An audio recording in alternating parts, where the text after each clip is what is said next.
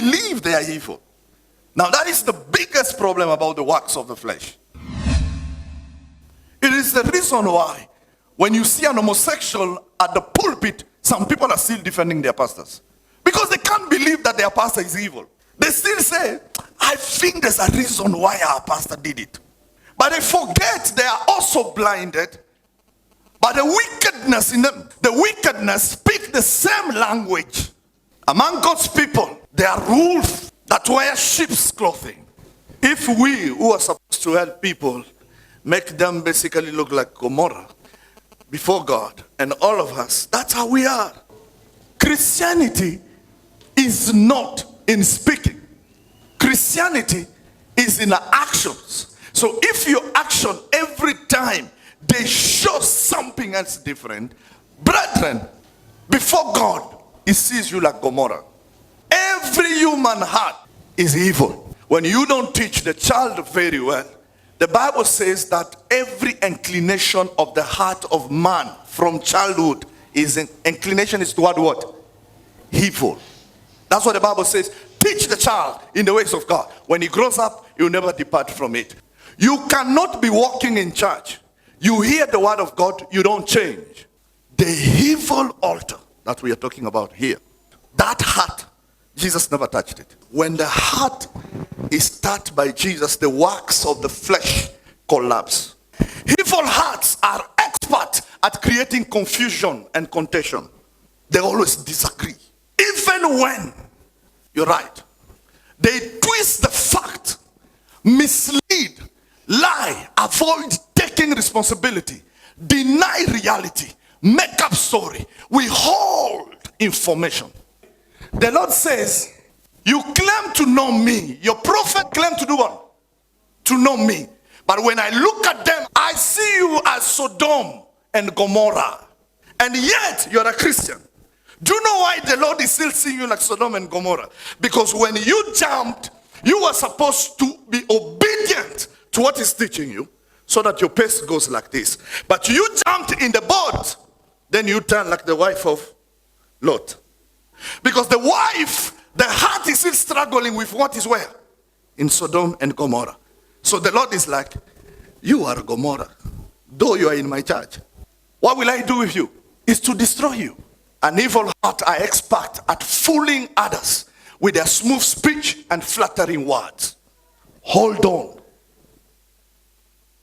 He's not seeking for perfection.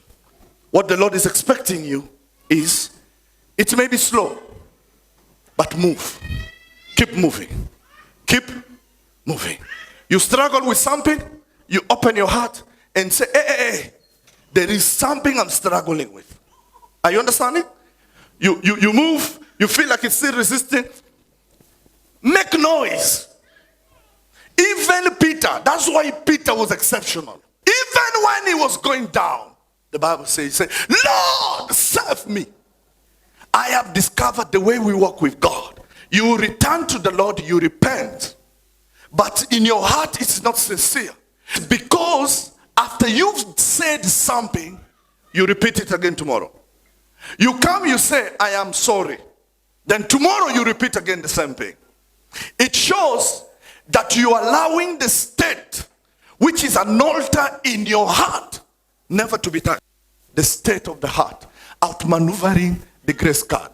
Evil heart have no conscience, no remorse. The Bible tells us that talking does not wake up evil people, but painful consequences might. An evil heart many times is not corrected by talking. The only way God sometimes corrects an evil heart is by consequences. When someone is truly sorry for the pain they have caused, he or she is eager to make amends to those they have injured by their sin. Some people don't repent at all. They can even be remorseful, but they don't repent. Listen to me. Even the sorrow is an important portion of repentance. Combine the emotion plus what? Reality. You say, for a long time God haven't seen me, but I want to identify with this. So you identify yourself. So it's a place where you return to go up so that you are identified. The Holy Spirit works in a person. Demons lives in. But you just see someone else repenting like this. You're not repenting. There's no connection. There is nothing. Because the heart is saying, it's not me. It must be that one. Someone does you wrong. He comes and says, I am sorry. It is okay. You said sorry. But you're forgetting that you've lost trust. You must work hard to bring me back to trust you again. That's why the heart must be repentant for me to see you. And am I going to trust you again? From the patterns. The patterns.